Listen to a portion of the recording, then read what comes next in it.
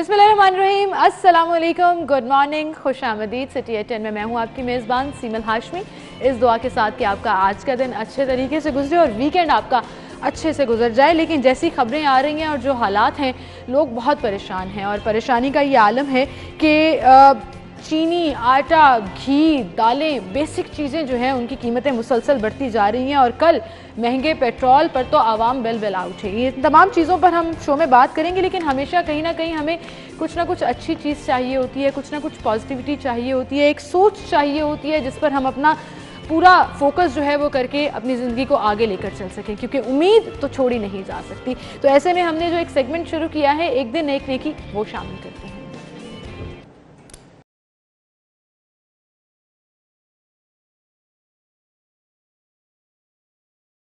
एक दिन एक नेकी में आज का मैसेज देखते हैं। अहमदुहु व नसल्ली अला रसूलिहिल करीम। मेरे दोस्तों, बुज़ुर्गों और मेरे भाइयों, मेरी बहनों, आज का पैगाम और मैसेज ये है, हमें मरने से पहले अपने मरने की तैयारी की कोशिश करनी चाहिए।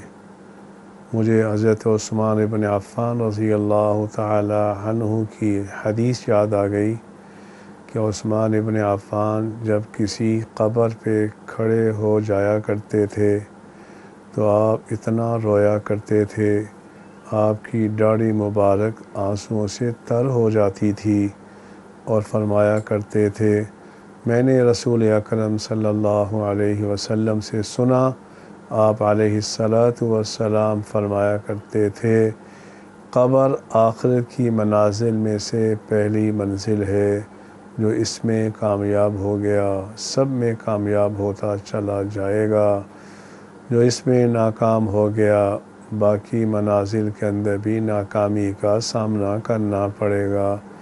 इसलिए मेरे भाइयों, अपने बच्चों को भी, अपने घर वालों को भी इसकी दावत दिया करो कि हमने अल्लाह के पास जाना है। अल्लाह हम सब को फ़िक्र आखिरत नसीब फरमाए। व आखिर दावाना अल्हम्दुलिल्लाहि रब्बिल आलमीन। आमीन सुम आमीन। और इसी के साथ आज के मौसम की तरफ चलेंगे और अगला सेगमेंट शामिल करेंगे टुडेज वेदर। माहिदा हमारे साथ है। माहिदा, बताइएगा शहर लाहौर का मौसम आज कैसा रहेगा और क्या प्रेडिक्शन की जा रही है महकमा मौसमियात की जानिब से? जी बिल्कुल सिमल, मौसम की सूरत हाल कुछ इस तरह से है कि आज शहर का मौसम जो है वो काफ़ी बेहतर है, लेकिन फ़िज़ाई आलूदगी में जो है वो कमी देखने में नज़र नहीं आ रही। नवंबर का जो है वो स्टार्ट हो चुका है। पहले जब देखते थे तो इस मौसम में काफ़ी सर्दी आ चुकी होती थी, मौसम काफ़ी चेंज हो चुका होता था, लेकिन अभी भी जो है उस तरह से वो स्वेटर्स और जर्सियों वाला मौसम नहीं आया, तो लोग नॉर्मल कपड़े ही पहन कर बाहर भी निकल रहे हैं। इतना अपने ज़्यादा अपने आप को ढांप भी नहीं रहे हैं, क्योंकि सर्दी इतनी ज़्यादा नहीं आई, उसकी शिद्दत में इजाफा भी देखने में नज़र नहीं आया। लेकिन फ़िलहाल ये जो मौसम अभी जा रहा है, ये शहरियों के लिए इंजॉय करने वाला मौसम है। और इसके साथ जो ज़्यादा से ज़्यादा महकमा मौसमियात की जानिब से आज दर्जा हरारत रिकॉर्ड की जा रही है वो 18 डिग्री सेंटीग्रेड है, और जो कम से कम दर्जा हरारत रिकॉर्ड की जा रही है वो 15 डिग्री सेंटीग्रेड है। 70% हवा में नमी का तनासुब भी पाया जा रहा है। लेकिन एयर क्वालिटी इंडेक्स जो हम बार बार अपने शहरियों को बताते हैं, आज जो है वो 190 रिकॉर्ड की गई है। हमारे शहरियों के लिए बहुत ही ज़्यादा ये अनहेल्दी है, क्योंकि अभी तक बारिशों का आगाज़ नहीं हुआ, तो शहर की फ़िज़ा जो है वो आलूदा है। हमें जब भी घर से बाहर निकलना है, माहिरीन के जानिब से यही हिदायत की जा रही है कि जब शहरी है, क्योंकि ये फ़िज़ा आलूदा है, तो अपने शहरी जब हम घर से बाहर निकले तो अपने चेहरों को मास्क के ज़रिए कवर करके निकले, क्योंकि इससे फैलने वाली बीमारियाँ हमारी आँखों पर इफ़ेक्ट कर सकती हैं, हमारे लंग्स पर इफ़ेक्ट कर सकती हैं, सांस का जो है वो हमें मसला हो सकता है।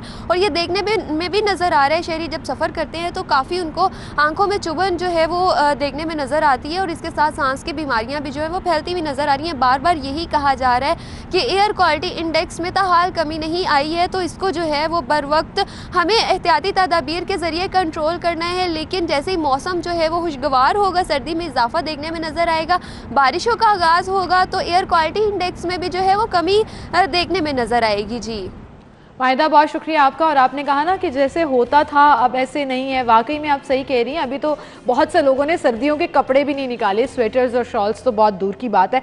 बहरहाल जी, हर गुजरते दिन के साथ साथ मौसम तो चेंज हो ही रहा है, लेकिन इसी के साथ हम अपनी टॉप स्टोरीज की तरफ भी चलते हैं और देखते हैं आज हम आपके साथ कौन कौन सी खबरें शेयर करेंगे। सबसे पहले हमारे पास है जी डेंगू के हवाले से। डेंगू के जानलेवा हमले जारी हैं, मजीद 388 नए मरीज सामने आ गए।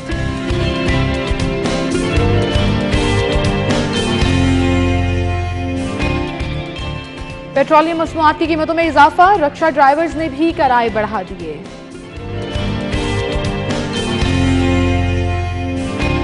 लाहौरियों के लिए बुरी खबर, ऑरेंज ट्रेन का किराया स्टेशन टू स्टेशन मुकर्रर करने की सिफारिश। हल्का N 133 का ज़िमनी इलेक्शन, हुकूमती उम्मीदवार जमशेद इकबाल चीमा और उनकी अहलिया मुसर्रत जमशेद इंतखाबी अमल से आउट। ये थी हमारी टॉप स्टोरीज, इनको हम डिस्कस करेंगे। स्टूडियो में हमारे साथ सिटी 42 के सीनियर रिपोर्टर कज़ाफ़ी भट्ट साहब मौजूद हैं। अस्सलाम वालेकुम भट्ट साहब, क्या हाल चाल है? ठीक ठाक हैं, तबीयत ठीक है?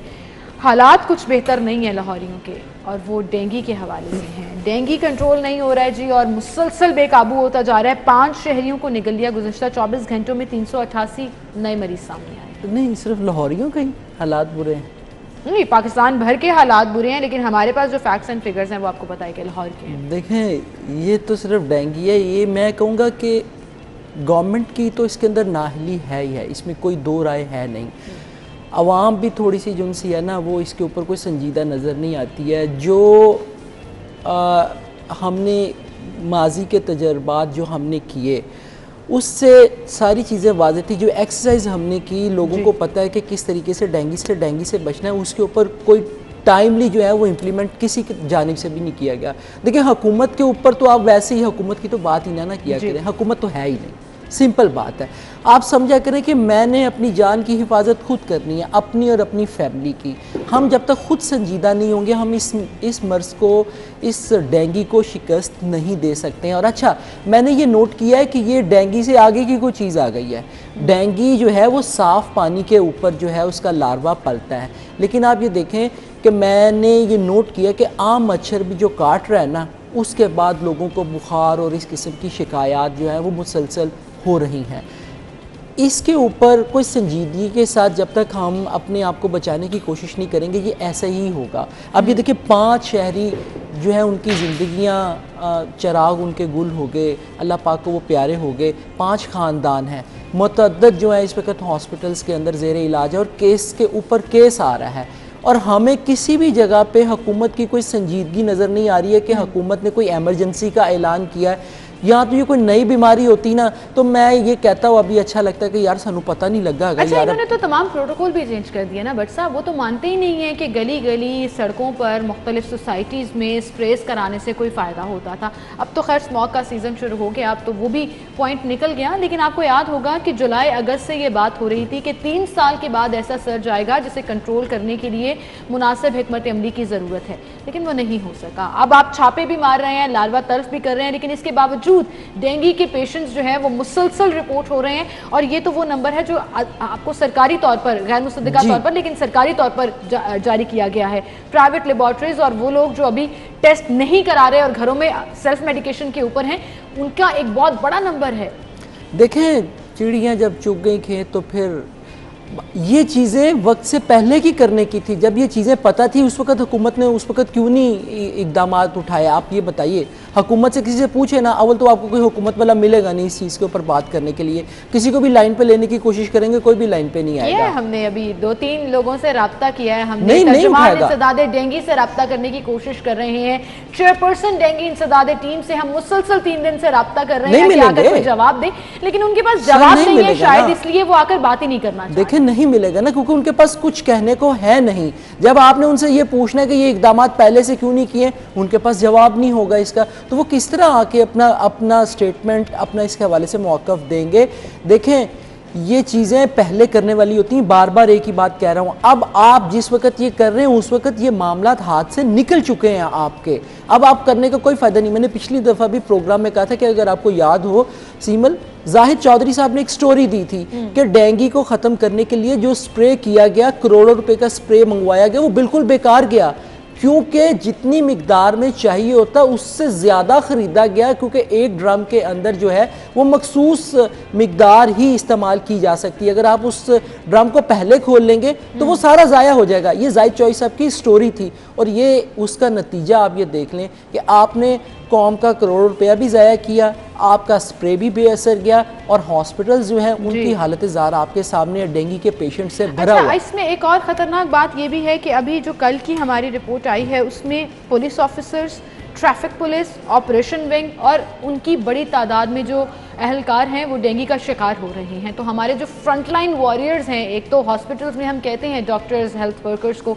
दूसरी जानिब जो हमारे फोर्सेस के लोग हैं, अहलकार, वो बीमार पड़ रहे हैं क्योंकि उन्होंने आउटडोर ड्यूटीज़ करनी है, आपको पता है। लेकिन अगर प्रॉपर इंतजामात नहीं है और उसके नतीजे में वो लोग बीमार हो रहे हैं तो फिर तो पूरे का पूरा सिस्टम ही बैठ जाएगा। देखिए सिस्टम बैठ चुका है। मैंने कहा कि हुकूमत को इसके ऊपर अब इमरजेंसी का ऐलान कर देना चाहिए था कि जिस तरह की सिचुएशन क्रिएट हो चुकी है, लेकिन हुकूमत पता नहीं किस मामले की तरफ उलझी हुई है। वो जिस मामले की तरफ उलझी हुई है, अगली वो स्टोरी वो आएगी तो उस जी वो अगली स्टोरी आएगी वो करेंगे। लेकिन ऐसा लग रहा है कि हुकूमत जो है वो अगर इमरजेंसी नाफिज कर देगी तो लोग अभी से कंपैरिजन जो करना शुरू हो गए हैं वो और लाउडर हो जाएगा कि शहबाज शरीफ साहब के दौर में डेंगू कंट्रोल में था, उन्होंने बाकायदा ट्रेन कराया, डॉक्टर्स को, तमाम चीज़ें हैंडल हो गई, लेकिन इनसे एक डेंगू भी हैंडल नहीं हो पा रहा। इस पर हम बात करेंगे जी। और अगली स्टोरी का जो आपने जिक्र किया, अवाम बेचारे बिलबिला रही हैं। पेट्रोल की कीमतें बढ़ने के बाद जो महंगाई का एक तूफान आ खड़ा है वो लोगों की बर्दाश्त से बाहर होता जा रहा है। एक छोटी सी ब्रेक लेते हैं, दोबारा हाजिर होंगे, यहीं से गुफ्तगू का सिलसिला आगे बढ़ाएंगे।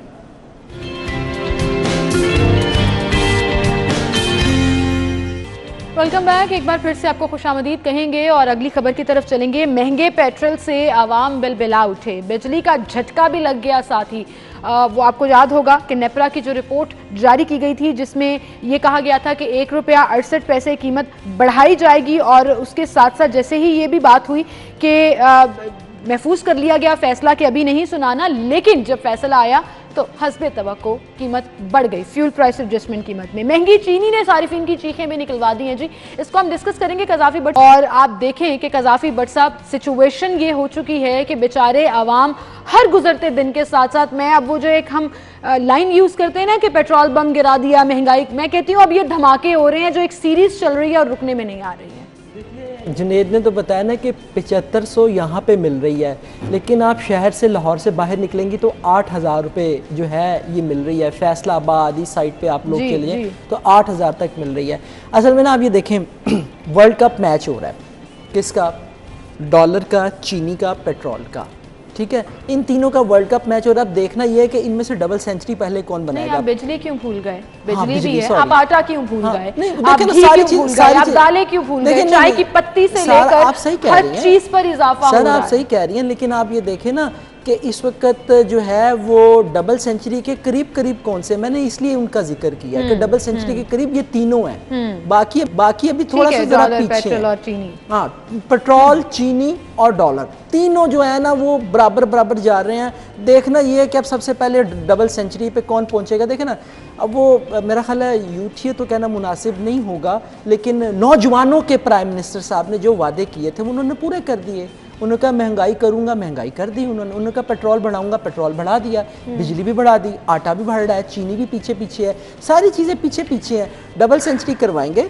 अब ये ना कहा करें अवाम की चीखें निकल गई। अभी आप मुझे कह रही ना भट्ट साहब आ रहा नहीं हो रहा। देखिए मैं रो नहीं सकता। अगर कोई बंदा आपको मुस्कुराता हुआ इस तरह की कोई गुफ्तगू करे ना तो उससे ये मत समझिएगा कि उसको तकलीफ नहीं है। उस बेचारे के रो रो के आंसू खुश्क हो गए हुए हैं। अब वो जब बात करते हुए इस तरह की यानी कि उसके चेहरे में मुस्कुराहट नजर आ रही होती है ना, तो इसका मतलब है कि वो बेचारा रो रहा है, क्योंकि आंसू नहीं निकलते, आंसू खुश्क हो गए हैं।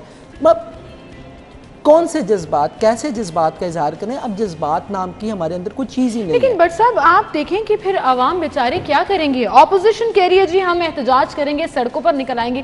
क्या उन एहतजाजों का कोई फायदा होता है कि गवर्नमेंट ने एक भी अपनी मुआशी पॉलिसी पर रीथिंक किया है, कुछ रिवर्स गियर लगाया है, कहीं पर आवाम को रिलीफ दिया? अभी आपको याद है 1 नवंबर को कितना इन्होंने शोर मचाया कि देखें जी प्राइम मिनिस्टर साहब ने पेट्रोल की कीमत नहीं बढ़ाई। क्या हुआ? 5 ही दिन के बाद रात के अंधेरे में पेट्रोल बम गिरा दिया और उसके बाद अब उसका ट्रिकल डाउन इफेक्ट जो है वो करायों पर पड़ रहा है, ताजर हजरात की प्रोडक्ट्स पर पड़ रहा है क्योंकि ताजर भी परेशान है, बिजली के ऊपर पड़ रहा है। फ्यूल प्राइस एडजस्टमेंट में आप नवंबर के महीने में भी कीमत दे रहे हैं और दावे आप क्या कर रहे हैं? वफाकी वजीर हमाद अजहर कहते हैं जी हमने सस्ती तरीन बिजली बनाई है, उसके बावजूद आप हर माह बिल में फ्यूल प्राइस एडजस्टमेंट की मद में महंगे यूनिट दे रहे हैं।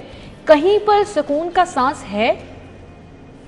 प्राइम मिनिस्टर तो कहता है कब्र में सुकून है, पर मैं कहना कब्र च भी सुकून नहीं है। तो फिर इसका मतलब आज जो आमिर भाई का आर्टिकल उन्होंने कॉलम लिखा है और बड़ा मज़ेदार वैसे उन्होंने कॉलम लिखा है जिसमें उन्होंने कहा कि रियासत मदीना बुक डिपो और जनरल स्टोर, यहाँ कफन भी दस्तयाब हैं। ये ट्रैवल कर रहे थे वो साउथ पंजाब की तरफ, और रास्ते में उनको एक ऐसी दुकान नजर आई जिस पर ये तीनों स्लग्स लिखे थे कि वो बुक स्टोर भी है, जनरल स्टोर भी है, लेकिन कफन भी दस्तयाब है। और उन्होंने उसको रिलेट कर दिया पंजाब हुकूमत और पाकिस्तान। भाई ये हुकूमत कफन चोर है, आप कौन सी बात कर रही है? कफन दस्तयाब है, ये तो कब्र में से जाके आपका कफन भी उतार के लेके आके उसको दोबारा धो के दोबारा बेच देंगे। कैसी बात कर रही हैं आप कि जनाब ये इन्होंने किसी जगह पे भी आपको सुकून में नहीं रहने देना। सुकून सिर्फ उन्हीं को मिलेगा जो बार बार कह रहे हैं। और आप यकीन जानिए बट साहब कि जैसे जैसे महंगाई का ग्राफ ऊपर जा रहा है, लोगों की एक तो वैसे ही हमारे पास परचेजिंग पावर सबसे कम है, हमारी जो ज़राए आमदन है वो इस पूरे खत्ते में पाकिस्तान की सबसे कम है, लेकिन जो लोग कमा रहे हैं और बड़सरे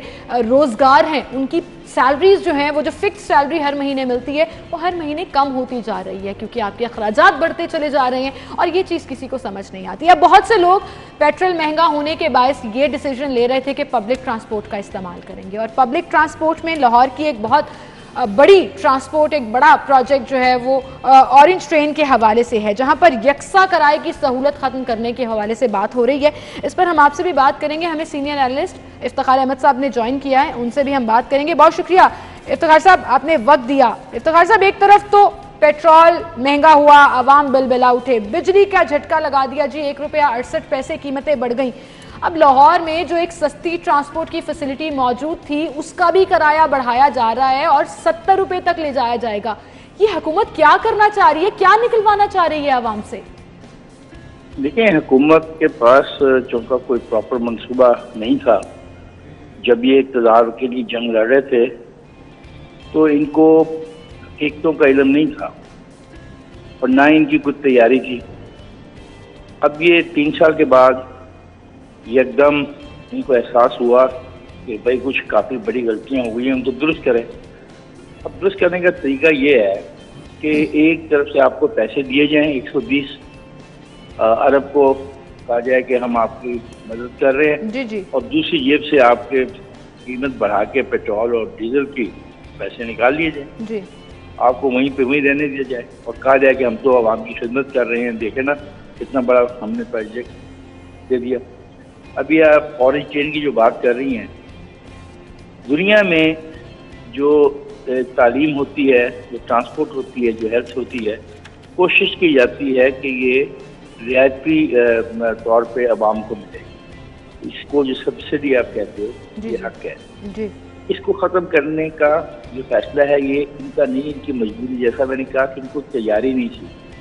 IMF हर किस्म की सब्सिडी के खिलाफ है, क्योंकि एक तरीका है, अगर आप मुझसे कर्ज लेते हो तो फिर मैं आपसे ये सवाल भी करता हूँ कि आप मुझे कर्ज मेरा वापस कैसे करोगे, और फिर जब आप कर्ज वापस करने के लिए मैं आपको शराइत रखता हूँ कि आप मुझे किस्त दोगे, पहली किस्त इतनी होगी, दूसरी किस्त इतनी होगी, तीसरी किस्त इतनी होगी, और आप कहते हैं कि जी मेरे पास तो इतने पैसे नहीं हैं, तो मैं कहता हूँ ये मेरा मसला नहीं है कि आप पैसे हैं या नहीं, मुझे नहीं पता आप पैसे जनरेट करें। तो अब वो पैसे जनरेट करने के लिए आप टैक्स लगाते हैं, आप तमाम लेवीज ख़त्म करते हैं, आप तमाम सब्सिडीज ख़त्म करते हैं। जब आप ऐसा करते हैं तो उसका सारा का सारा बोझ आम आदमी पर पड़ता है। बिल्कुल सही कह रहे हैं, सारे का सारा बोझ आम आदमी पर पड़ता है। लेकिन इफ्तिखार साहब, आप बड़े अवामी सहाफ़ी भी हैं, ये कहिएगा कि आवाम ये बोझ अब बर्दाश्त करने के काबिल रहे हैं? मिडिल क्लास तबका चीखे मार रहा है, बिलबिला उठ रहे, गरीब की क्या हालत होगी, क्या आप और मैं इमेजिन कर सकते हैं? लेकिन ये फैसला अब आवाम को करना होगा कि क्या वो इस सारी तबाही को इसी प्यार और मोहब्बत से कबूल करने को तैयार हैं, या अपने गुस्से और गम का इजहार करने के लिए कोई तरीका कार इख्तियार करते हैं। दुनिया में जब ऐसी सूरत पैदा हुई है तो अवाम ने उसका इजहार किया है। अब हमारे अवाम अगर इजहार न करें तो हुक्मरानों का ये ख्याल है कि कुछ भी ख़राब नहीं है कि आप जैसे और मुझ जैसे चंद साथी जो है मीडिया पर बैठ के हुकूमत को हर वक्त बुरा कहने की आदत में मजबूर है, इसलिए हम बुरा कहते रहते हैं। अवाम को तो कोई फर्क नहीं पड़ता और काफ़ी हद तक वो मेरा ख्याल है उनका तजिया ठीक है क्योंकि अवाम तो ना सड़क पे आ रहे हैं, ना अवाम स्ट्राइक कर रहे हैं, ना अवाम। तो क्या आप इसको अपोजिशन की नाकामी समझते हैं? बिल्कुल बिल्कुल, यानी अपोजिशन का जो रोल था वो अपोजिशन नहीं कर पाई। मुझे बताया कि इस सारी सूरत हाल में असल में अपोजिशन एक और मसले में फंस गई है। अपोजिशन इस हुकूमत को इसलिए नहीं हटाना चाहती कि उसको डर है कि जो महंगाई का सैलाब है जी, जो इक़्तिसादी बदहाली है जी, और जो ये दलदल बन गई है, अगर वो इस गवर्नमेंट को हटा के खुद इक़्तिदार में आने की कोशिश करते हैं या आ जाते हैं तो इन सारे मसाइल का फौरी हल उनके पास भी नहीं है, क्योंकि ये तबाही अब काफ़ी गहरी होती जा रही है, रोज़ ही गिनतियाँ बढ़ रही हैं। तो इसका अगर कल वो फर्ज करो इक़्तिदार में आ जाते हैं तो वो पेट्रोल कैसा सस्ता करेंगे, चले शायद बैनुल-अक़वामी रेट कम हो जाए तो आपको पेट्रोल सस्ता दे दें, लेकिन फिर आपको घी कैसे सस्ता देंगे, आपको आटा कैसे सस्ता देंगे, फिर आपको चीनी कैसे सस्ती देंगे। ये आटा चीनी घी जो कार्टल्स के हवाले हो गया है, इस मुल्क के सरमायादारों ने जो लूटमार शुरू की है ये तो उनके पास है, तो फिर क्या आने वाली जो हुकूमतें हैं उनका मुकाबला कर सकती हैं या करने की तैयारी है?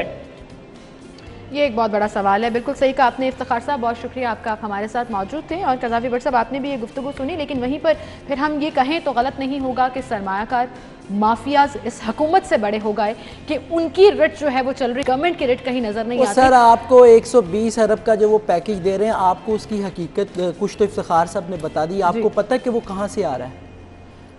जो मैंने थोड़ी सी की है, 150 रुपये फी कस के हिसाब से आपके हर ख़ानदान के एक फ़र्द को मिलने 1000 रुपया। जी जी, आप कहते हैं कि 120 अरब रुपया दे, ये 120 अरब रुपया आप इसे लिया गया, इससे ज्यादा पैसे इनके पास पड़े हुए हैं, अरबों रुपए। ये सही है, मैनेज नहीं हो पा रहा, गवर्नेंस नजर नहीं आ रही, मईशत को बेहतर करने के लिए मुआशी पॉलिसीज नजर नहीं आ रही, और जो डिसीजंस लिए जा रहे हैं उसको जस्टिफाई किया जा रहा है कंपैरिजन करके तरक्की याफ्ता ममालिक के साथ कि महंगाई वहाँ भी है, महंगाई यहाँ भी है। लेकिन सवाल ये है कि बर्दाश्त क्या आपकी आवाम कर सकते हैं या नहीं, इसका इदराक हुकूमत को है या नहीं है। एक ब्रेक लेते हैं, दोबारा हाजिर होंगे।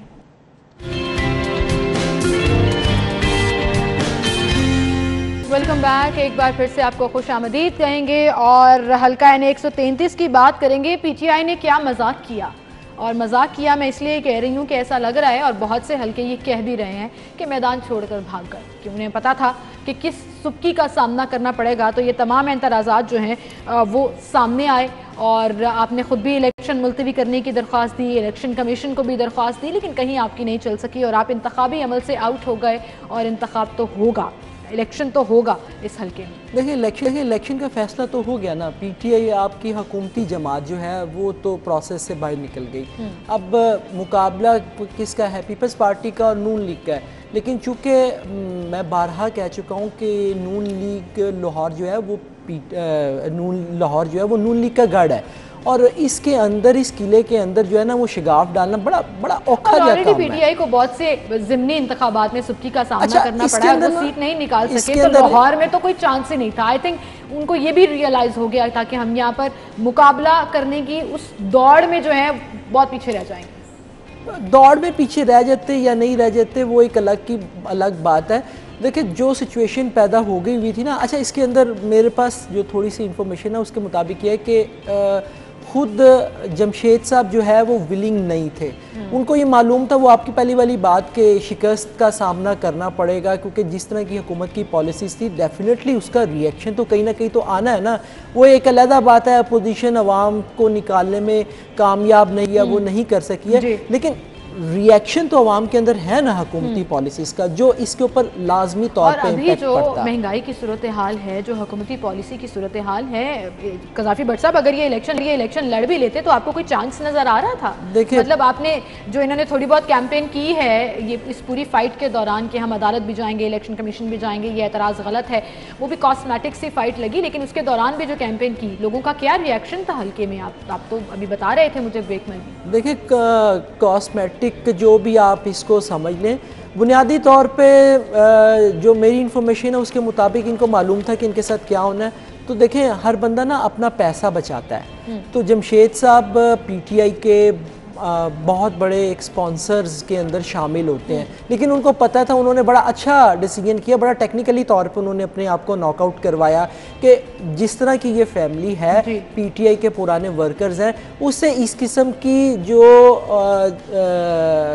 क्या कहेंगे उसको कि जो कागजात इन्होंने जमा करवाए, इस तरह की हरकत जो है वो एक मंजा हुआ पॉलिटिशियन नहीं करता। और कितनी दफा ये इलेक्शन लड़ चुके हैं, कितने सालों से ये सियासत में है, और ये वो छोटी छोटी चीजें जो हैं आप भूल जाएं तो मतलब मैं एज एन एंकर ऐसी कोई गलती स्क्रीन पे कर रही हूँ तो क्या नजर नहीं आएगा कि जानबूझकर की जा रही है? लाजमी बात है, ये बात कर रहे हैं, लाजमी बात है, देखे ना सारी चीज़ें सामने हैं और आवाम का रद्द-ए-अमल भी आना था, फिर उनको ये भी मालूम था, इस वजह से उन्होंने टेक्निकली तौर पे अपने कागजात जो हैं वो रिजेक्ट, यानी कि आप ये सोच रहे, आप ये समझ रहे हैं और आपकी इतलात के मुताबिक ये फेस सेविंग का डिसीजन था जो ये पहले ले लिया गया था और उसके बाद ये मुस्तरद हुए, उनके कागजात और एतराज़ात लगे और हर तरफ से उनको सुदकी हुई और वो इंतखाब से आउट हो गए। बिल्कुल ऐसे, ताकि उनको कल को ये ना बात सुनने को मिले कि हम ज़िमनी इंतखाब हुकूमत में होते हुए भी लाहौर शहर से हार गए।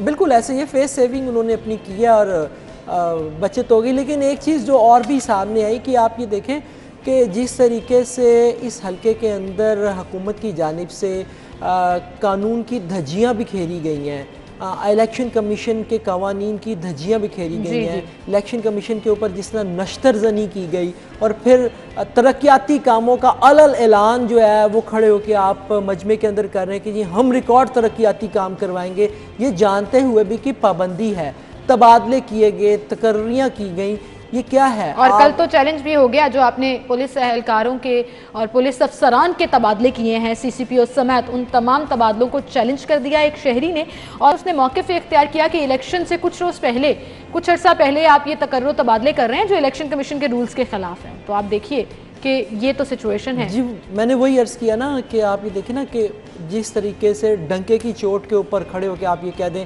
कि जी हम तरक्याती काम भी करेंगे, हम ये भी कर देंगे, हम वो भी कर देंगे, तो भाई हल्के का नक्शा बदल के रख देंगे एक हफ्ते में। तो PTI 3 सालों में जितनी डेडलाइंस दी हैं उन डेडलाइंस को मीट नहीं कर सकी, ये रिकॉर्ड है उनका। तो अब आगे जितने भी फ्यूचर के ब्राइट, वो जिसे कहते हैं ना ख्वाब दिखा लें, लेकिन आवाम को पता है कि डिलीवर करने की कैपेसिटी इनमें है या नहीं है। कज़ावी भट्ट साहब बहुत शुक्रिया आपका, आप हमारे साथ मौजूद थे। नाज़रीन हमें चलना एक ब्रेक की तरफ, ब्रेक के बाद हेडलाइंस जानिएगा, फिर प्रोग्राम का सिलसिला आगे बढ़ाएंगे।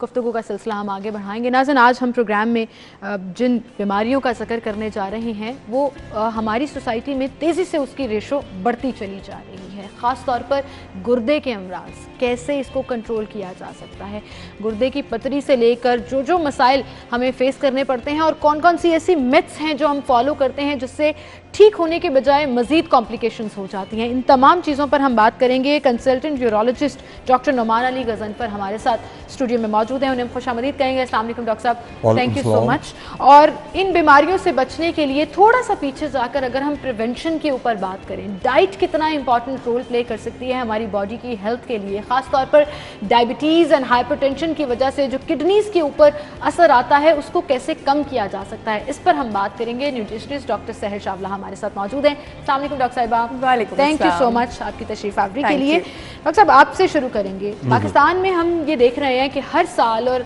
हर गुजरते महीने के बाद गुर्दे के पेशेंट्स जो हैं और मसाने के पेशेंट्स, ये दोनों ही उनकी रेशो बढ़ती चली जा रही है। क्या वजह समझते हैं आप और कैसे इसको कंट्रोल किया जाए? जी बहुत शुक्रिया आपने मौका दिया। इसमें जो मोस्ट कॉमन कॉज है हमारे पास है रीनल डिजीज के पेशेंट जो ज़्यादा हुई जा रहे हैं, उनमें 2 मोस्ट कॉमन कॉज जो है, एक तो शुगर है, दूसरा ब्लड प्रेशर है, तीसरा गुर्दे की पथरियों के मरीज़ों में भी हम देखते हैं पाकिस्तान में इजाफा होता जा रहा है। एक तो हमारा पाकिस्तान उस रीजन में आता है जिसमें किडनी स्टोन बहुत ज़्यादा है, दूसरा हमारा जो डाइटरी मोड है और जो हमारा लाइफ स्टाइल है उससे भी बड़ा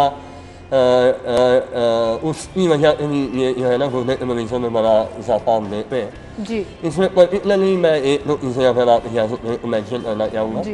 ये जो हमारे टीनेजर्स और हमारे नौजवान, हमने देखा ये कोल्ड ड्रिंक्स और फिजी ड्रिंक्स और एनर्जी ड्रिंक्स का बड़ा इस्तेमाल करते हैं। जी जी, ये मैं आपको बताऊँ, ये बॉडी को हाइड्रेट करने की बजाय ये बॉडी को एक्चुअली डिहाइड्रेट करते हैं। अरे अच्छा, तो ये बिल्कुल अवॉइड करनी चाहिए। दूसरा, ये सर्दियों का सीजन आता है तो हम हैबिचुअली तौर पे पानी पीना बहुत कम करते हैं। गर्मियों में तो हमें प्यास लग रही होती है, हम पानी पी रहे होते हैं।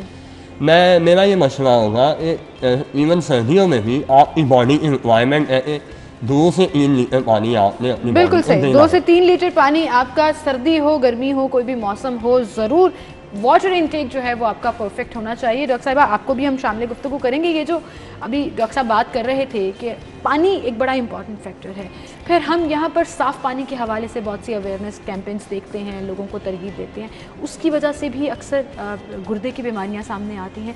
अब डाइट में हम ऐसा क्या रख सकते हैं या प्रिवेंशनरी तौर पर हम क्या इकदाम कर सकते हैं कि हम इन बीमारियों से बच सकें? मैंने ना सीमल एक जगह एक बड़ी अच्छी बात पढ़ी थी, तो that stuck in my mind कि eat like you're a diabetic heart patient with a stroke so that you never become one. यानी ऐसे खाएं हर वक्त जैसे आप शुगर के मरीज हैं, आप अल्लाह ना करे खुदा ना खास्ता हार्ट के पेशेंट हैं, आप स्ट्रोक के पेशेंट हैं, ताकि आप कभी बन ना जाए। अब ये सोचने के लिए कि प्रिवेंशन क्या है, इंसान को हमेशा ये सोचना चाहिए कि अगर मैं ये सब करता इसका इलाज क्या होता, कि मुझे शुगर नहीं लेनी है।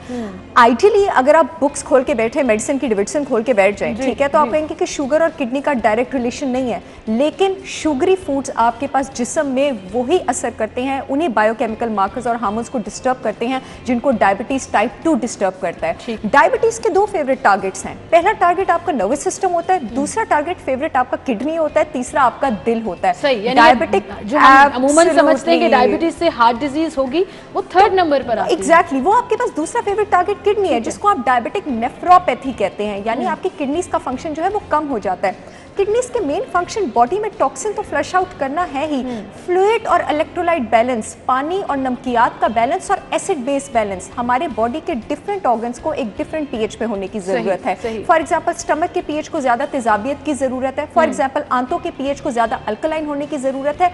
ये जो सारा एसिड बेस बैलेंस है ये आपकी किडनी मेंटेन कर रही है, टॉक्सिन्स भी फ्लश आउट कर रही है। तो अगर आप अपने खाने में वो चीजें लेंगे जो कि जरूरत से ज्यादा एसिडिटी की तरफ होंगी या अल्कलिनिटी की तरफ होंगी और बॉडी को डिस्टर्ब करेंगी, आप किडनी पर लोड डालेंगे और किडनी को डिस्टर्ब करेंगे। बहुत सारी ऐसी चीजें हैं जिसमें नमक इतना ज्यादा मौजूद है। दिन में जो डेली रिक्वायरमेंट होनी चाहिए नमक की, that is 2300 milligram per day. अगर हम अपने खाने में सीमल नमक ऐड नहीं भी करते ना, तो भी ये 2300 मिलीग्राम जो है वो पूरा हो जाता है। और नॉर्मली वो लोग जो थोड़े प्रोन हो रहे हैं किडनी डिजीज की तरफ, उनको तो 1000 मिलीग्राम से नीचे रहना ही चाहिए। आप कहेंगे आगे शो में मौका हुआ तो मैं ये भी बता दूंगी कि खानों में किन चीजों का इंतखाब करें, तो आप 1000 मिलीग्राम से नीचे जो है सोडियम पर रह सकते हैं। और इसके अलावा जो बगैर सोचे समझे ये कैंड खाने उठा लेते हैं, जो प्रोसेस्ड फूड उठा लेते हैं। अच्छा, मार्केट में मौजूद जो कैंड खाने हैं जिनके ऊपर लिखा हुआ है लो सोडियम प्रोडक्ट, प्लीज आपने उससे डिसीव नहीं होना। अच्छा, नॉर्मली सीमल जब भी जिस चीज में लो सोडियम प्रोडक्ट होता है वहां पर पोटेशियम ज्यादा होता है। जिस भी इंसान की किडनी बर्डन होगी, किडनी में सोडियम पोटेशियम पंप लोकेटेड होता है, उसे सोडियम और पोटेशियम को साइमल्टेनियसली यानी हम वक्त बैलेंस करना होता है। जिस भी खाने के प्रोडक्ट में सोडियम कम होता है, पोटेशियम ज्यादा होता है और आपका किडनी का सोडियम कम लेंगे तो आप फिर पोटेशियम। बिल्कुल। अच्छा, कौन कौन सी डाइट्स लेनी चाहिए इसके ऊपर भी हम आएंगे। डॉक्टर साहब, जैसे अभी डॉक्टर साहिबा बात कर रही थी, अब किडनी डिजीज में चूंकि आप यूरोलॉजिस्ट हैं तो हम देखते हैं कि किडनी स्टोन्स का प्रॉब्लम जो है वो बहुत ज़्यादा कॉमन है पाकिस्तान में। क्या क्या तरीक़ेकार अवेलेबल है उसके ट्रीटमेंट के लिए? क्या ये मेडिसिन के ज़रिए हल हो जाता है या आपको सर्जिकल प्रोसीजर ही कराना पड़ता है? शुक्रिया। सबसे पहले मैं ये कहना चाहूँगा कि आपको अगर किडनी की पेन महसूस हो रही है या आपको लग रहा है कि आपको आपके कमर के ऊपरले हिस्से के नीचे हिस्से का पेन जा रही है, उसको लाइटली ना लें। खासतौर हमारी खवातीन में ये टेंडेंसी होती है वो बेचारी बर्दाश्त करती रहती है, ये समझती है जितना ये कमर की दर्द होगी और वो निकलती होते की दर्द है। तो एक तो अपने आप का ख्याल रखें, अपनी डाइट का ख्याल रखें, जितना डॉक्टर साहिबा ने बताया।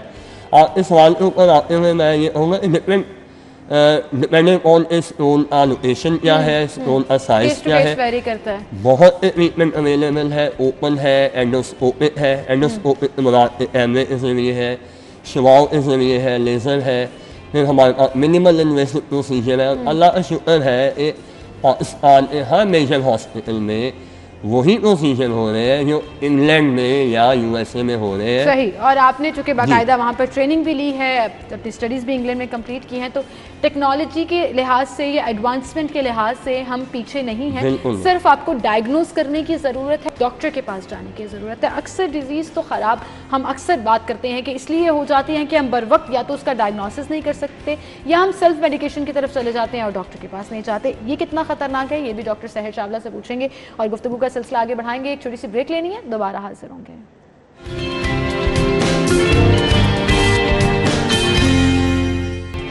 Welcome back. एक बार फिर से आपको खुशामदीद कहेंगे। गुफ्तगू का सिलसिला हम आगे बढ़ाएंगे और डॉक्टर साहबा जैसे ब्रेक पर जाने से पहले हम बात कर रहे थे कि किडनी स्टोन्स का बहुत प्रॉब्लम है और अमूमन आपको जब पेन स्टार्ट होती है गुर्दे की तो हम या तो सेल्फ मेडिकेशन की तरफ चले जाते हैं या हम मिथ्स और अपने घरेलू टोटकों की तरफ चले जाते हैं। बहुत से ऐसे अताई डॉक्टर्स हैं जिनको हम कांटेक्ट करके एलोपैथी के बजाय बाकी मेडिसिन जो हैं वो ट्राई ऑन करना शुरू कर देते हैं। ये किस हद तक नुकसानदेह हो सकता है? डेफिनेटली इस हद तक नुकसानदेह हो सकता है कि अगर आप अपने खाने में वो चीज़ें ले रहे हैं जो कि स्टोन्स के एलिमेंट्स के साथ बाइंड करने की बजाय उनको बढ़ाना शुरू कर देंगे और उनको एक्सक्रीट करने की बजाय, तो आप तो अपना प्रॉब्लम और ज़्यादा एग्रीवेट कर रहे हैं। स्टोन्स के केस में इसके बाद हम किडनी फेलियर और डायलिसिस या अगर किसी की किडनी रिमूव हुई है तो भी बताएंगे कि उसको पानी कब कम लेना है और क्यों कम लेना है। स्टोन के केस में आपको खुद को हाइड्रेटेड रखने की ज़रूरत है क्योंकि अगर स्टोन्स का साइज एक खास एमएम से नीचे है तो हो सकता है कि एडिक्वेट हाइड्रेशन और फ्लूइड्स के साथ चाहे आप नारियल पानी लें, आप नींबू पानी लें और वो आपका निकल जाए। ठीक है, इसके अलावा आपको ये ख्याल करने की ज़रूरत है कि आप अपनी डाइट में फाइबर ज़्यादा कर लें और कैल्शियम ज़्यादा कर लें। क्यों? अब आप कहेंगे कि जो स्टोन्स होते हैं वो भी कैल्शियम ऑक्सिलेट होते हैं, यूरिक स्टोन्स होते हैं। अगर आप अपनी डाइट में कैल्शियम ज़्यादा करेंगे वो जाके यूरिनरी ट्रैक्ट में ऑक्सिलेट्स के साथ बाइंड करेगा और उसकी एक्सक्रीशन में जो है कंपैरेटिवली हेल्प होगी। और इसके अलावा जब आप फाइबर लेंगे डाइट में तो फाइबर भी ऑक्सिलेट्स के साथ बाइंड करता है। अच्छा। आपने अपनी डाइट में चीज़ें क्या कम करनी है वो जिसमें ऑक्सिलेट्स मौजूद हैं, जिसमें आपके पास पालक आ जाती है, आपके पास जितने भी बेरीज हैं वो आ जाती हैं, आपके पास नट्स आ जाते हैं। अच्छा। मेरे हाथ में जो कॉफ़ी है वो आपने कम करनी है। ठीक है, मुझे याद आ गया कि मैंने भी अपनी कॉफ़ी पकड़नी है क्योंकि ये भी खुदा न खासा जिनको स्टोन्स का प्रॉब्लम है उनके लिए प्रॉब्लम कर सकती है। अच्छा। आपने व्हीट ब्राउन जो है वो आपने कम करनी है। इन चीज़ों को डाइट में कम होना चाहिए। फाइबर और कैल्शियम आप दालों को बढ़ा दें अपनी डाइट में। ठीक है। अच्छा, कैल्शियम का क्या लिंक है किडनी फंक्शन के साथ? कैल्शियम आपके जो किडनी है आपके पास वो आपके पास कैल्शियम पंप भी उसमें लोकेटेड होता है, कैल्शियम एटीपेज भी लोकेटेड होता है, कैल्शियम लेवल्स भी रेगुलेट करती है। एक और बड़ा मजे का आपको लिंक बताऊं, मतलब कैल्शियम को जो हम रिलेट कर देते हैं सिर्फ हड्डियों के साथ। मैं आपको बहुत मजे का लिंक बताने लगी हूँ। क्या आप जानते हैं कि विटामिन डी की फाइनल एक्टिवेटेड फॉर्म कहाँ पे बनती है? विटामिन डी की फाइनल एक्टिवेटेड फॉर्म किडनी में बनती है। अगर विटामिन डी का क्या फंक्शन है? जाके आंतों से कैल्शियम को एब्जॉर्ब करना ताकि वो उसको ब्लड में भेजे और हड्डियों में भेजे डिपॉजिट करने के लिए।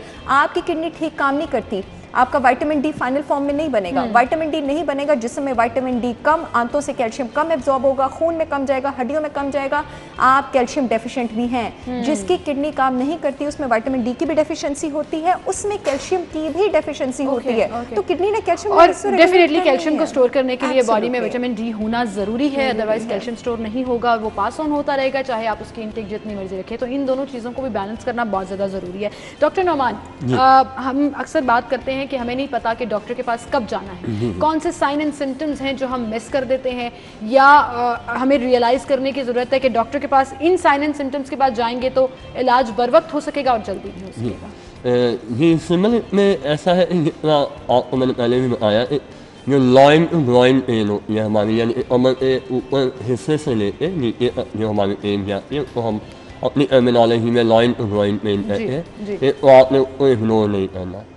यूरिन का बार बार आना, यूरिन इन्फ्लुएंसी, अगर रात को आपकी स्लीप डिस्टर्ब हो रही है, नॉक्ट्यूरिया है आपको और आपको रात को उठना पड़ता है यूरिन करने के लिए, आपके यूरिन का जो फोर्स ऑफ एक्सपल्शन है वो नॉर्मल नहीं है मेल्स में, फीमेल में या मेल में दोनों में यूरिन में आपको ब्लड आ रहा है या इवन यूरिन में आपको पेन भी है, तो आपको मेरा मशवरा ये होगा कि आप किसी भी यूरोलॉजिस्ट से एडवाइस ले और अपने आप जो है मेडिकल बिल्कुल सही, मतलब आपने किसी भी एक भी साइन को मिस नहीं करना है क्योंकि अगर आप खुद मेडिकेशन की तरफ चले गए या खुद से उसको आपने लेट गो करना शुरू कर दिया तो कॉम्प्लिकेशंस हो सकती हैं। डॉक्टर साहब, डाइट में क्या क्या चीज़ें लाजमी होनी चाहिए किडनी पेशेंट्स के लिए या किडनी पेशेंट बनने से अवॉइड करने की? आई एम सो ग्लैड आपने क्वेश्चन पूछा। अगर आपका किडनी जो प्रॉब्लम है शुरू में भी, अच्छा 90% ऑफ द लोगों को पता ही नहीं होता कि उनको किडनी प्रॉब्लम है जब तक वो अपने रीनल फंक्शन टेस्ट नहीं करा लेते हैं। और रीनल फंक्शन टेस्ट भी जब आगे कराते हैं वो काफ़ी खराब हो चुके थे। यूरिया क्रेटिनिन 3 इलेक्ट्रोलाइट्स आपने सबसे पहले मेजर कराने, उसके बाद डाइट मॉनिटर करनी है। सोडियम, पोटेशियम और फॉस्फोरस लेवल्स अपने ब्लड में चेक करा दें क्योंकि ये इतने वाइडली मौजूद हैं कि आप एक पकड़ेंगे दूसरे को छोड़ेंगे तो डाइट में से कुछ ना कुछ निकालना पड़ेगा।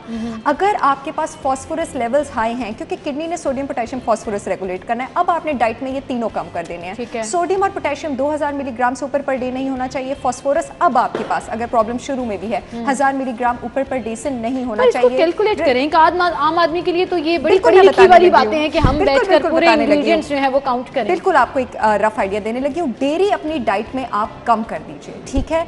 रेड मीट और शेल फिश जो है आपके पास वो आप अपनी डाइट में कम कर दीजिए, क्योंकि फास्फोरस जब बॉडी में ज्यादा होता है वो फिर हड्डियों से भी कैल्शियम को खींचता है, साथ आपकी हड्डियां जो है वो भी कमजोर होंगी। फल आपने दिन में अब अगर आपको प्रॉब्लम शुरू हो गई है 2 सर्विंग से ज्यादा नहीं लेना। और फल में आपने जो चीज अवॉइड करनी है वो आपने नाशपाती अवॉइड करनी है, आपने आम अवॉइड करना है, इनमें पोटेशियम बहुत ज्यादा है, किडनी पे बर्डन ज्यादा होगा। आपने केला अवॉइड करना है, आपने खरबूजा अवॉइड करना है, आपने खुबानी अवॉइड करनी है। जो चीजें आप सिलेक्ट कर सकते हैं 2 फ्रूट सर्विंग्स, उसमें सेब, उसमें सोडियम पोटेशियम फास्फोरस तीनों कम और काबिल कबूल होता है, आपकी किडनी बर्दाश्त कर लेगी। अच्छा, खरबूजा आपने अवॉइड करना है, तरबूज आप कंपैरेटिवली बर्दाश्त कर सकते हैं, खुबानी आपने अवॉइड करनी है, आलू बुखार आप कंपैरेटिवली बर्दाश्त कर सकते हैं। इसी तरह पूरा चार्ट है जो अगर आप फॉलो करेंगे तो हो सकता है कि मेडिसिन से पहले ही, मतलब एक तो मेडिसिन आपको ट्रीट कर ही रही है, लेकिन फॉर लॉन्गर रन मेडिसिन लेने के बजाय आप डाइटरी कंट्रोल कर लेंगे तो वो आपको ज्यादा हेल्प करता है। एब्सोल्युटली। और सब्जियों में इसी तरह आपके पास जो किंग है किडनी को सेव करने की, अगर आपको किडनी प्रॉब्लम शुरू हो गया, वो है आपके पास फूल गोभी और बंद गोभी। फूल गोभी में मौजूद आपके पास जितने भी थायोसाइनेट्स हैं, किडनी से टॉक्सिन्स को फ्लश आउट भी करते हैं। सोडियम पोटेशियम मैग्नीशियम भी इसमें आपके पास कम है। इसके अलावा आपके पास प्याज जो है, प्याज में क्रोमियम कंटेंट बहुत जबरदस्त होता है। क्रोमियम जिस्म में प्रोटीन के मेटाबॉलिज्म को तेज करता है, क्योंकि किडनी ने प्रोटीन के ब्रेकडाउन प्रोडक्ट्स को भी हजम करके पेशाब में निकालना होता है, तो किडनी के लिए प्रोटीन को एक्सक्रीट करना आसान हो जाता है। ब्राउन राइस आपने इस्तेमाल नहीं करने हैं अगर किडनी का प्रॉब्लम शुरू हो गया। अब आप कहेंगे क्यों? सफेद चावल, मेरे पास जो किडनी के पेशेंट्स आते हैं सीमल, मतलब बॉईल करके आप इस्तेमाल कर लें, तड़के वाले चावल, ब्राउन राइस वैसे भी इस्तेमाल, जो आपके पास ब्राउन राइस होते हैं। मेरे पास जो किडनी के पेशेंट्स आते हैं, वैसे मैं सफेद चावलों के अगेंस्ट बोलती हूँ, उनको मैं सफेद चावल रिकमेंड करती हूँ, क्योंकि जो ब्राउन राइस है सीमल, उनमें अगेन फास्फोरस बहुत ज्यादा है, हड्डियां भी कमजोर होंगी, किडनी पे भी आपके पास जो बर्डन है वो ज्यादा होगा। चॉकलेट्स खाने का अगर शौक है और किडनी प्रॉब्लम स्टार्ट हो गई है, प्लीज छोड़ दीजिए। और जिन लोगों को किडनी स्टोन्स का प्रॉब्लम है वो भी चॉकलेट्स छोड़ दें, इसमें भी आपके पास ऑक्सलेट कंटेंट। बिल्कुल सही। और ये वो तमाम टिप्स हैं जो आपने फिंगर टिप्स पे रखनी है, क्योंकि अगर आप इनको फॉलो करेंगे तो यकीन जानिए आप एक हेल्दी ट्रैक की तरफ जाएंगे। डॉक्टर साहब, जैसे अभी हम बात कर रहे थे, हम अक्सर अपनी हेल्थ के लिए बात करते हैं, एक्सरसाइज, डायबिटीज को कंट्रोल रखना और हाइपरटेंशन को कंट्रोल रखना किस हद तक आपके किडनी फंक्शन को बढ़ा सकता है? देखिए, 2 मेन कॉज जो यूनिवर्सली किडनी डिजीज है वो शुगर और ब्लड प्रेशर ही है।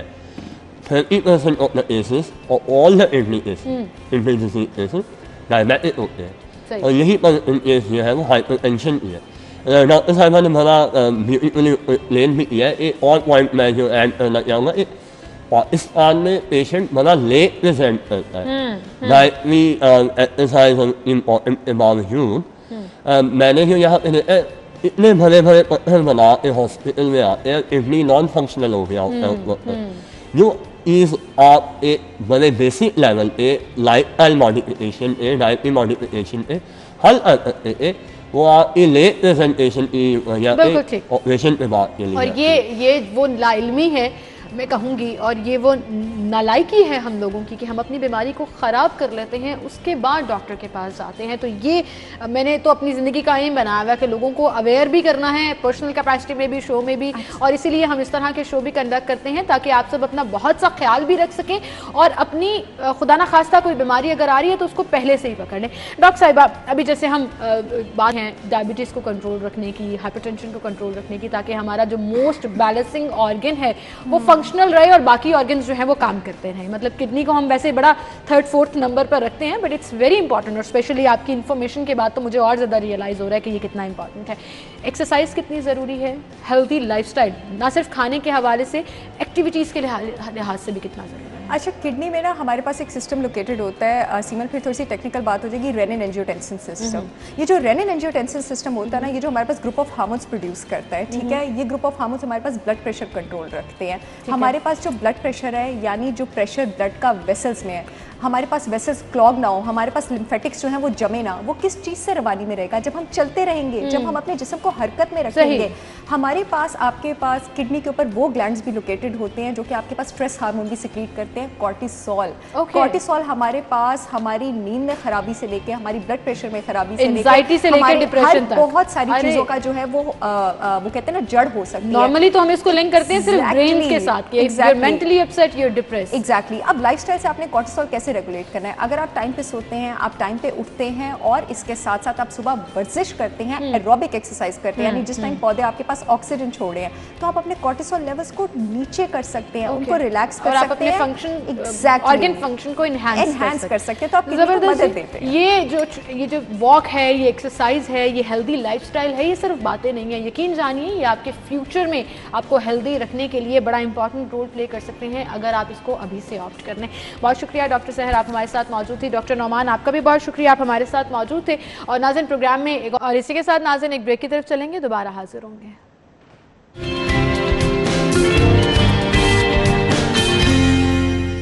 Welcome back. एक बार फिर से आपको खुश आमदीद कहेंगे। सेगमेंट शामिल करेंगे और सेगमेंट्स में सबसे पहले सब्जी मंडी का रुख करेंगे। आज के भाव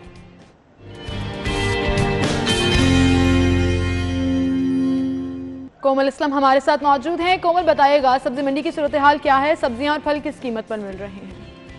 जी बिल्कुल सिमल, मैं बात करूं सब्जियों के हवाले से तो पहले जो था वो गोश्त की कीमतों में इजाफा हुआ तो गोश्त आम आदमी की क़ुव्वत खरीद से बाहर हो गया। फिर देखते देखते दालों की कीमतों में इजाफा हुआ और फिर दालें भी आम आदमी की क़ुव्वत खरीद से बाहर हो गई और अब सब्जियों की कीमतें भी जो हैं वो आसमान से बातें कर रही हैं, जिसकी वजह से जो गरीब आदमी है वो 2 वक्त की रोटी के लिए भी तरसता हुआ दिखाई दे रहा है।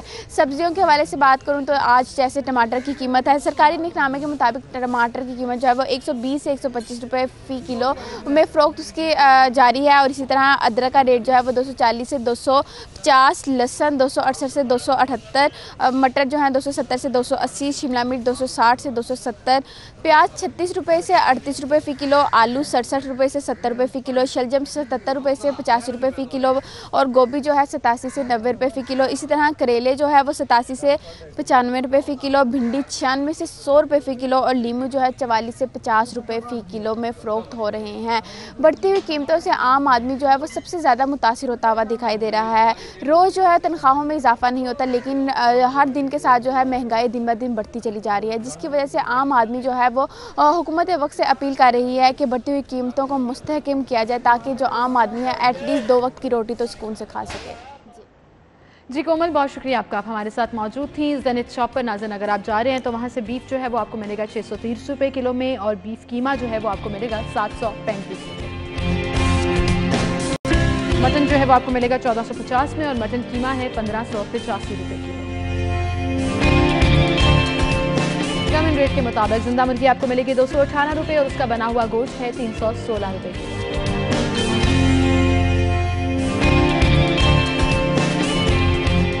एग रेट्स का जिक्र करें अगर नाज़रीन तो रिटेल पर अंडे हैं 179 रुपीज़ पर डज़न, होलसेल पर 177 और गोरमे पर अवेलेबल हैं 178 रुपये।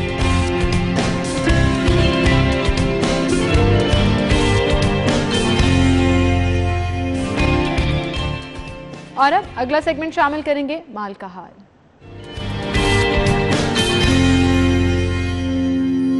करेंसी एक्सचेंज रेट्स पर नजर डालिए।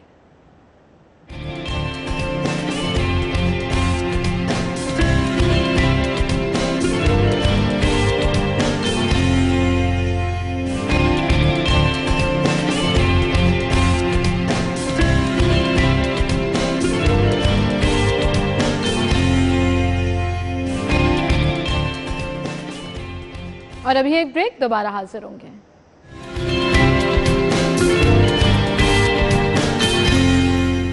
Welcome back. एक बार फिर से आपको खुशामदीद कहेंगे। नाज़रीन, एडवेंचर एक बड़ी ऐसी चीज़ है जो आपसे बड़े बड़े ऐसे डिफरेंट काम कराती है जो अमूमी तौर पर एक्सेप्टेबल नहीं होते, लेकिन वक्त गुजरने के साथ साथ बहुत सी ऐसी चीज़ें हैं जो हम आहिस्ता आहिस्ता एक्सेप्ट करना शुरू कर देते हैं, जैसे कि बाइक राइडिंग ख़वातीन में मकबूल होती जा रही है। हमें सड़कों पर नज़र आती हैं बहुत सी बाहिम्मत ख़वातीन, और मैं तो अक्सर अगर कहीं पर देखूं तो मैं उनकी वीडियो बनाकर उनको सलाम भी करती हूं कि आप जैसे लोग हैं जो इस सोसाइटी में न सिर्फ अपना मकाम समझ रहे हैं, बना रहे हैं, बल्कि आप में हिम्मत है कि आप फेस कर सकें उन तमाम चीज़ों को जो नेगेटिविटी बनकर आपके ऊपर आती हैं। अब बाइक राइडिंग का हम जिक्र कर रहे हैं, जहाँ पर एक तो ज़रूरत के तहत ख़वातीन इसको ऑप्ट कर रही हैं, उन पर मुझे बड़ा फ़ख्र होता है। कुछ लोग एडवेंचर करके ये दिखाना चाहते हैं। पाकिस्तान एक बहुत पुरसकून पुरअमन कंट्री है जिसमें ख़वातीन भी बाइक पर ट्रैवल करके एक कोने से दूसरे कोने तक जा सकती हैं, और ऐसी ही एक गेस्ट हमारे साथ मौजूद हैं आज स्टूडियो में, जिन्होंने लाहौर से खंजराब पास तक का सफ़र मोटरसाइकिल के ऊपर किया। 7 दिन का उनका ये पूरा ट्रिप था,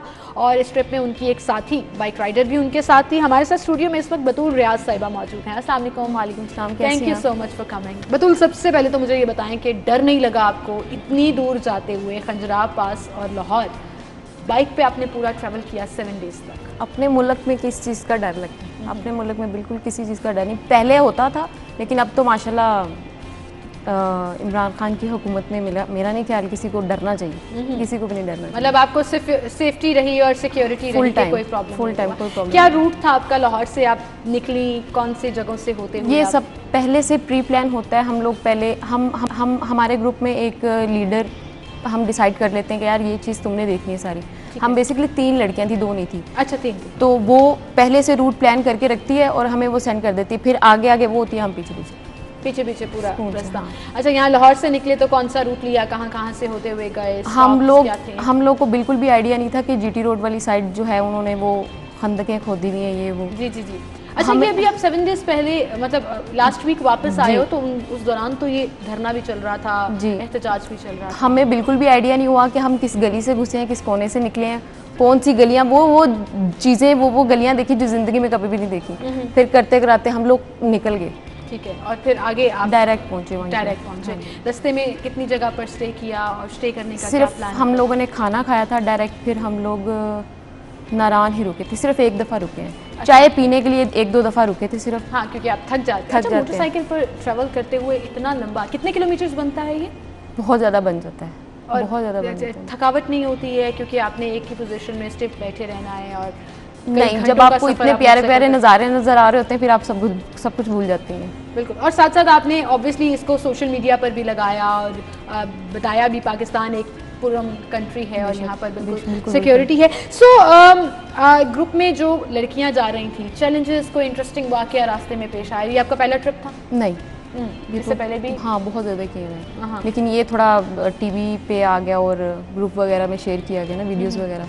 पहले इतना नहीं था, पहले तो किट विट भी नहीं पहनते थे और इसी तरह निकल जाते थे हम लोग। तो ये ज़रा प्रॉपर गेटअप करके फिर हम लोग निकले, और मेरा नहीं ख्याल इस दफ़ा तो बहुत सुकून से गए और बहुत सुकून से वापस आए। एक दफ़ा भी अल्लाह माफ़ करे कि बाइक की प्रॉब्लम भी नहीं आई, टायर भी पंक्चर नहीं हुआ। अच्छा। कुछ भी नहीं हुआ, बड़े सुकून से गए, बहुत सुकून से आए। एक दफ़ा ऐसा हुआ था, गालबन हम लोग गए थे मरी नथिया गली वाली साइड पे, तो लेपर्ड एकदम से आगे ना। अच्छा। और रात का टाइम था वो भी, तो बस फिर हवा टाइट हो गई, जम गए हम वहीं पे। 2 लोग थे हम, तो वो फिर जीप वाले लोग आगे आए, उसकी रोशनी से थोड़ा सा वो पीछे जाता है और हम इसी तरह पीछे आराम से निकले, बाइक टर्न की और वापस। अच्छा। उसके बाद कभी रात को नहीं निकले उस साइड पे। और इस पूरे सफ़र में आपने रात में ट्रैवल किया? यहाँ से हम लोग रात में गए थे, उसके बाद नहीं किया। उसके बाद तो ताकि थोड़ा सा केयरफुल भी हो जाए कि रास्ते में बेसिकली सोना बहुत ज़रूरी होता है, नींद पूरी होनी। अच्छा, अभी तो मौसम भी ऐसा है कि लैंडस्लाइडिंग भी हो सकती है। मेरा ख्याल है कुछ 3 से 4 दफ़ा रास्ते में आई थी, मरी वाली साइड पे भी आई थी और नारान वाली साइड पे भी आई थी। तो थोड़ा सा रास्ता भी डिफ़िकल्ट था, लेकिन जाना तो था ही। मकामी लोग कैसे ट्रीट करते हैं? उनका बहुत अच्छे तरीके से, इतने अच्छे, ऐसा जैसा आप अपने घर में बैठे हैं, इतने अच्छे, बहुत अच्छे। ऐसा लग रहा था पता नहीं कौन सी दुनिया में आ गए। मतलब वेलकमिंग होते हैं, खुश होते हैं, बहुत ज़्यादा। जब आपने सोचा कि आपने ये करना है और इसको एडवेंचर को जो है वो रजिस्टर भी कराना है, क्योंकि आपकी वीडियोस भी हैं और जैसे आपने खुद कहा कि सोशल मीडिया पर ये वायरल भी हो गया, इससे पहले घर वालों की परमिशन और घर वालों का राज़ी होना भी बड़ा ज़रूरी होता है। और आपको पता है कि हमारे यहाँ पर लड़कियों के लिए फैमिली को कन्विंस करना थोड़ा सा डिफ़िकल्ट होता है। आपके लिए ये कैसा रहा? आप यकीन करिए, मेरे अब्बू शहज़ादे होते हैं ना, वो हैं, मेरी अम्मी शहज़ादी हैं, मेरी बहनें बहुत सपोर्ट करती हैं। मुझे किसी किस्म की भी तकलीफ़ नहीं हुई कि मैं कहूँ यार तुम बना दो अब्बू को, अम्मी जी आप कर दें, अब्बू अम्मी को बना दे, कोई चक्कर नहीं। आप डायरेक्ट पूछो और आपको वो मुझे सिखाई अब्बू ने ना बाइक। अच्छा, ज़बरदस्त। और आप अपना ट्रैवल भी बाइक पे ही करते हो, जो भी आप काम करते हो, क्योंकि आप you have a beauty parlour as well और आप बाकायदा प्रोफेशनल हैं। पेट्रोल में भी बचत हो जाती है आजकल, तो मैं वाकई में सोच रही हूँ कि मोटरसाइकिल ले लेनी चाहिए, कहीं ना कहीं बचत जो है वो हो जाएगी बहुत ज़्यादा। अच्छा, मुझे ये बताओ बतूल के अक्सर लड़कियाँ बड़ी since you're a beautician as well कि बड़ी सिनफ़े नाजुक होती हैं कि हम बाइक पर इतनी दूर जाएंगे, स्किन ख़राब हो जाएगी, उसके असरात जो हैं वो बड़े आपकी फ़िज़िकल अपीयरेंस के ऊपर नेगेटिव पड़ेंगे। कभी आपने सोचा कि ये सोचा होता तो, बल्कि अम्मी बहुत दफ़ा कहती हैं तुम किस एंगल से सैलून वाली लगती हो, अपना हुलिया देखो। मैंने कहा अम्मी जी अब बाइक छोड़ दी फिर खुद ही ठीक हो जाऊंगी, बाइक मैंने छोड़नी नहीं। और सनबर्न जो होते हैं वो नारायण वाली साइड पर जो धूप थी वो तो उसने तो पूरी स्क्रीन बंद कर दी थी, क्योंकि ऑब्वियसली डायरेक्ट पड़ रही है, उसकी हाइट भी और है।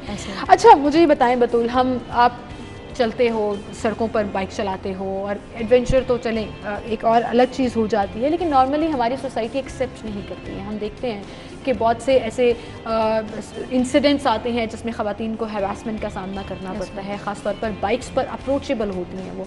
क्या कहना चाहोगे, किस तरह से हम इसको बेहतर कर सकते हैं? ये लोग देखें, आप यकीन करें मुझे 12 साल हो गए, ये लोग सुधर नहीं सकते हैं, ये कभी भी नहीं सुधर सकते हैं।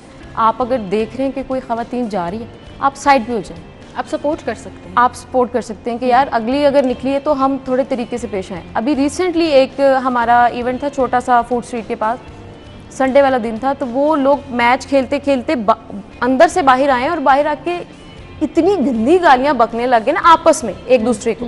ये नहीं देख रहे बिल्कुल हम साथ खड़े हैं कि 7-8 लड़कियां हैं, नहीं, ये पड़ी है गालियाँ, ये पड़ी है गालियाँ। फिर हमने वो पैकअप किया और हम वो वहाँ से निकल गए। सही, तो फिर अवॉइड कर देते हैं, अवॉइड कर देते हैं। आप इस चीज़ को छोड़ दें, क्योंकि वो साथ भी आएंगे ना, 70 वाला भी है ना, ये नहीं देखेगा 150 सीसी है, वो बस कहेगा रेस लानी, रेस लानी। ये इस तरह के जो इंसिडेंट्स हैं वो डेली बेसिस पर हम जो है वो फेस करते हैं, वो चाहे हम बाइक पर हों या सड़क पर किसी ट्रांसपोर्ट का वेट कर रहे हों।